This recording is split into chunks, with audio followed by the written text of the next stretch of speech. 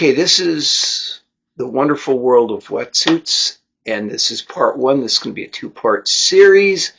I hope you watch both of them because both of them have aspects that you're going to want to know about, and it's going to be beneficial for you to know about it. These are not in-depth videos. These are short videos. I want to touch on the basics. I want to give you what you need to know to get started. The first thing first is I am not endorsed by a wetsuit manufacturer or any of the products that you see. I am not paid by them. I do have a relationship with Xterra. They are a sponsor of CODS events, who I am an ambassador of, but I am not paid by them. I'm not promoting them in this video. I do not promote this stuff. Any products you see are products that I happen to use, that I've purchased. The products that some of them I haven't used, I'm using them as examples. So I just give you an idea of what's out there and available for you. One of the things we're going to be discussing about wetsuits is they are a necessary evil. There are a lot of things that we need to go over. There's the types of wetsuit. There's the shorty. There's the full suit. There's the sleeveless. Then there's the surfing suit. And I've even seen a couple people want to use a diving wetsuit, which really isn't appropriate. And it comes down to how much mobility you have. There are mobility issues with wetsuits. Then that goes right into the fit of the wetsuit, how well it fits you, and that's going to also address the mobility.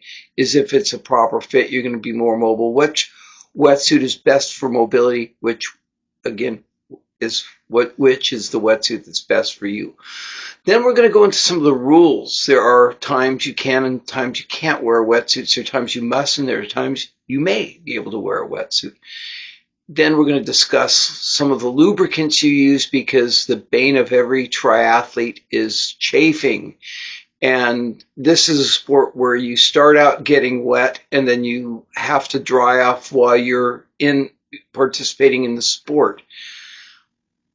So lubricants come in to play very soon after you start swimming in a wetsuit. You'll learn that right away. And then in this part, we're going to finally cover the care of your wetsuit. Some of the things that you want to avoid, some of the things you may not want to avoid that you want to do, but there are things that you need to know about the care of your wetsuit to make it last a long time, because these things are not cheap. This is not a cheap sport, but there are ways that you can get the best bang for your buck out of everything we're doing in this sport. So we want to make sure that you do things right so that wetsuit lasts you a long time, at least as long as you possibly can. Let's get started. There are several types of wetsuits made specifically for men and women. There is a short wetsuit or shorty, which has short legs and either short sleeves or is sleeveless. There is a sleeveless wetsuit that has long legs but no sleeve. Then there is the full suit, which has both long sleeves and long legs. Virtually all swimming wetsuits have the zipper in the back. Swimming/triathlon suits have a smoother finish, almost shiny. Surfing and diving wetsuits are less smooth on their exterior finish and may not have as tight of a seal around the neck, making for more drag in the water. Swimming wetsuits are typically much less bulky so as to provide less drag while swimming in competitions or triathlons. Now about the fit. A bad or improper type of wetsuit may have the zipper in the front, gaps in the armpits, sleeves too low on the hand, a gap or sag in the inseam, leg openings that may be too low. A good fitting proper suit will have the zipper in the back, no gaps or sag in the armpit, sleeves pulled up past the wrist, no gap in inseam, and leg openings well above the ankle. Well, not going over the entire wetsuit rule, a wetsuit may not be over 5 millimeters thickness in any part. If a two-piece is worn, any overlapping section may not exceed 5 millimeters in thickness. Water temperatures. In USA Triathlon, water temperatures for mandatory wetsuits is 60.6 degrees Fahrenheit or below.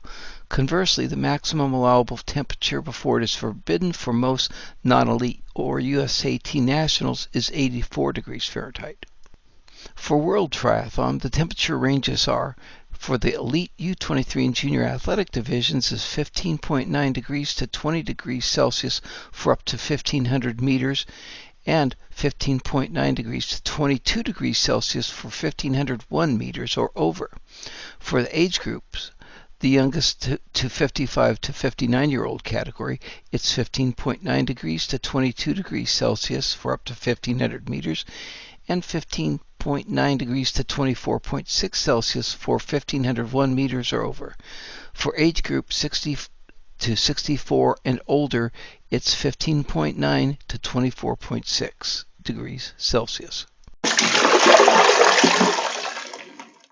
Okay, in the wonderful world of wetsuits comes the wonderful world of chafing. Now, chafing can occur in various places on the body. It usually occurs around the neckline of the wetsuit or around the armholes if you're wearing a sleeveless. And it is quite painful, but there's also a second part. There is the fact of getting your wetsuit on or off, around the wrists, around the ankles. So we use, to prevent this and to help get the wetsuit on and off, our wetsuit lubricants. Now we've got a few brands here, and let's take a quick look. But before we do, one thing I want to caution you on is that not everything is good to use on every wetsuit. Certain manufacturers will void their warranty for certain things, and we'll discuss that as we go along. So do check the warranty language from your wetsuit manufacturer and make a determination what's right for you. All right, to start with, we have Body Glide here. We have this Body Glide and this Body Glide. They're both the exact same thing. This also comes now in a pink version or in a pink container that's women's Body Glide. The difference, I have no clue, but they have it. So I'm just setting that out there. And this is like a deodorant. It goes on around the neck, around the armholes, wherever you get it. You can also use these for chafing on other parts of the body that you may have on the run or on the bike, where you sit on your seat, where it contacts, and you may get a little irritation there. Other places around the nipples, under the arms, certain places you've experienced chafing in the past. This is great to use there. All right, these are both like deodorant style. This is a cream. This is also a Body Glide. It's a balm type of Body Glide, and you squeeze out and smear it on like you would sunscreen.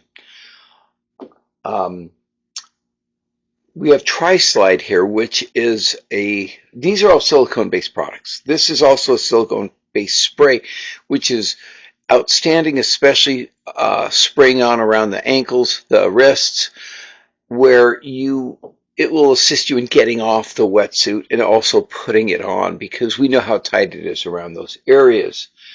If you have sleeveless, you don't have a problem around the wrist. But again, that's a great product. You can also spray it around your neck. The nice thing about the spray is it gets great coverage. It's really easy to apply. It goes on wet. It stays on. All these products pretty much stay on until they're washed off with soap and water. Then we have something called butt paste. Yes, butt paste. And what it is, it's a diaper rash product, also silicone based, and it has a baby fresh scent in case you're into that. But it's great for use with chafing. It also has some analgesic properties where it soothes any place that's already chafed, especially in those sensitive areas that is in the dark someplace. Going on, we have Calmoseptin, which is a medical grade product. It's a balm-like product that goes on. The problem with this is it's in a small package, and once you open it, it's open, so you're either going to be sharing this around or you're just going to be throwing it away afterward. You don't want to put this back in your bag because it may seep out, and it's thick and gooey, but it may get squeezed out and make a mess of your bag, and you don't want to do that. Okay, we have petroleum jelly. Now, this is a product that is great, has been used for years and years and years with swimmers. And the biggest problem with this is there are several manufacturers of wetsuits who will void their warranty if you use this. So use it carefully. Check the manufacturer's warranty of your wetsuit. Moving on, I have never done this, but I have heard of this. People using cooking spray. Okay, I'm not judging. I'm just explaining. This is a spray. It goes on, covers evenly, and I don't know how well it works, but I've heard of people using it with great success. I don't use it. I have other products, but there is that possibility. And finally, if you're in a pinch, you can use chapstick. Chapstick is very similar to these other things. It's not a silicone base and it's not an oil base. It's more of a wax based product. And you can smear this on. You can get, there's other types of anti chap material, lip balm and stuff like that, that will go on.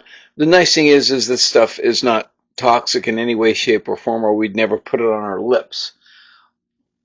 Okay, so there you've got several products to choose from. You can go out and make your decision, find out what works best for you. But again, please do check your manufacturer's warranty on any and all of these products to make sure you're not compromising that warranty.